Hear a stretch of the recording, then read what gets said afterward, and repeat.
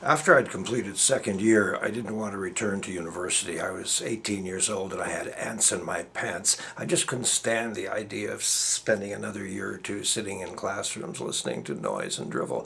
So I put my name on a list for permit teachers. Permit teachers in those days in Manitoba were people who were sort of the bottom of the barrel. The school districts would hire people they hired last year, and then people with PhDs, and people who went to teacher school, and then people with MAs and BAs and so on. And then if they got desperate, permit teachers. So to my utter astonishment, in August, with the school year beginning in early September, I get this phone call. This is, remember, long before faxes and cell phones and so on.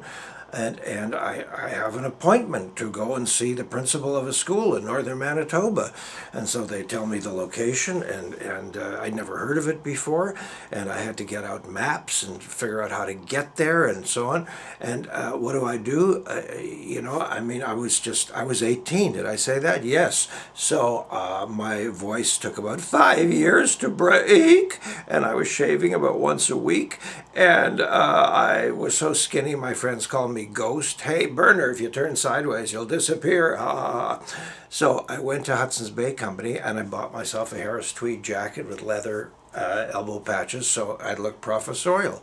And I got on a Greyhound bus and I went and met the principal, and he was right out of Central Casting. He looked like an RCAF commander in a World War II film, black square black shoes and gray trousers and the perfect little mustache and so on. And he talks to me for a while and he says, well, I'll tell you, David, you are awfully young, but you seem very bright and we do need a teacher, so what the heck.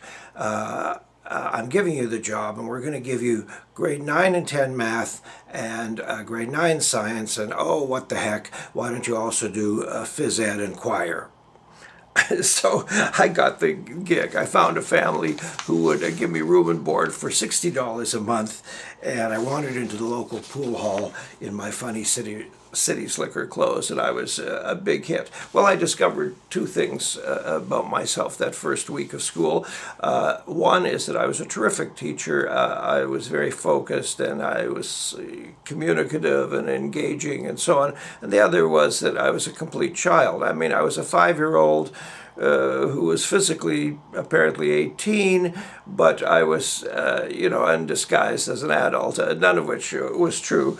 One day I had the kids allegedly working on some math problem, and I wandered out into the hallway just to stretch my legs, and the janitor scolded me and told me to go back to class. He thought I was one of the students.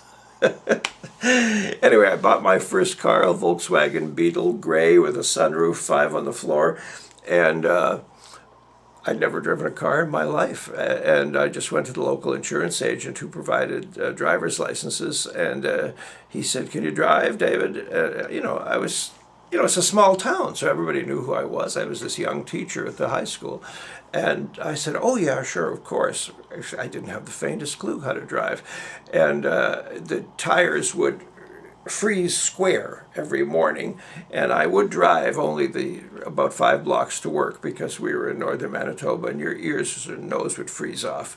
So clunk, clunk, clunk until the tires warmed up. In any event, it was a wonderful, wonderful, strange experience. I met some fantastic people and some spooky people, and I'll never forget it.